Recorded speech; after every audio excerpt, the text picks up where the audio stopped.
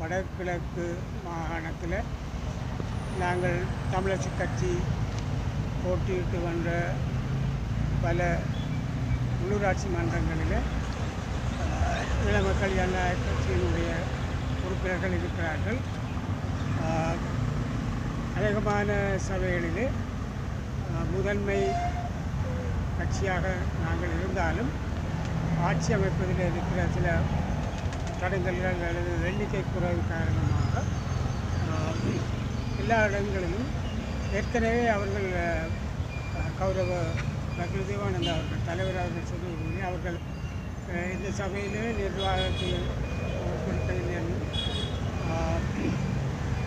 எதிரணியில் இருந்து கொண்டு ஆதரவளிக்க வேண்டியது அல்லது அதற்கான சுயமாக தீர்மானிக்க வேண்டியது இருக்கிறவங்க அவர்களுடைய ஆதரவை கோரித்தான் இந்த சந்திப்பு நடந்தது.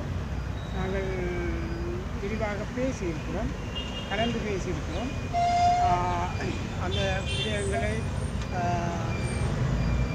கௌரவ சீலாநாயகம் அவர்கள் அவர்கள் கட்சியோடு கலந்து பேசி முடிவை தெரிவிப்பதாக சொல்லியிருக்கிறார். ஆகவே அந்த முடிவு கிட்டத்தட்ட சாதகமாக அமையும் என்ற நம்பிக்கையோடு நாங்கள் இந்த கலந்துரையாடலை நிறைவு செய்கிறோம்.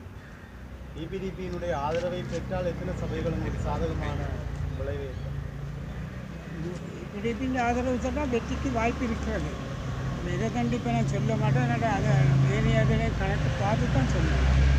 ஆனால் கூடுமான வரையில் EPDP-யின் சப்போர்ட்டோடு பெரிய அநேகமான சபைகள் எங்களோட 35 அநேகமான சபைகளை நிர்வாகம் அமைக்கக்கூடிய வாய்ப்பு இருக்குது. ஜனநாயக தமிழ் தேசிய கூட்டணி உங்களுக்கு ஆதரவு தரும் என்ற ஒரு எதிர்பார்ப்பு உங்களுக்கு இருந்தது. தமிழ் தேசிய மக்கள் முன்னணியுடனான ஒரு கூட்டுணர்வு சாத்தியப்பட்டிருக்கிறது. இது தொடர்பாக போது அதில் நான் விமர்சிக்க விரும்பவில்லை. அதாவது என்ன சொன்னா ஜனநாயக தேசிய கூட்டணியில் முடிவு தானே, அதில் நான் விமர்சிக்கிறது பொறுத்தவில்லை.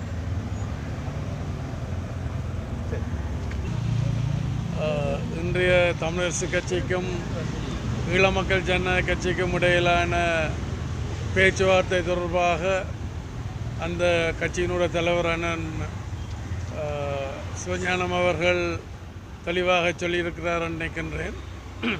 தமிழரசு கட்சியினுடைய சார்பாக தலைவராக அவர் தங்களுடைய கோரிக்கையை முன்வைத்திருக்கின்றார்.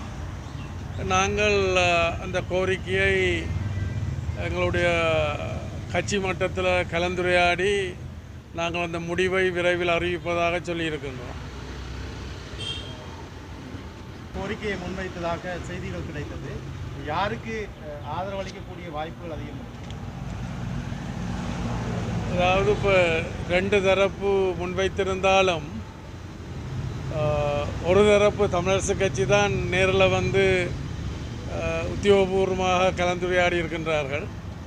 மற்ற தரப்பு சந்திப்பதற்கு கேட்டிருந்தார்கள், சந்திக்கலாம் என்று சொல்லியிருக்கின்றேன். இன்று நேற்றைக்கு சந்திக்கிறதுக்கான சூழல் இருந்தது. தவிர்க்க முடியாத காரணத்தால் தங்களால் வர முடியலை என்று சொல்லியிருந்துச்சுன்னா இன்றைக்கும் பொன் சிவகுமாரன் அவர்களது அந்த அஞ்சலி நிகழ்வில் சந்தித்த பொழுது விரைவில் தான் சந்திக்க வர இருப்பதாக சொல்லியிருந்தார்.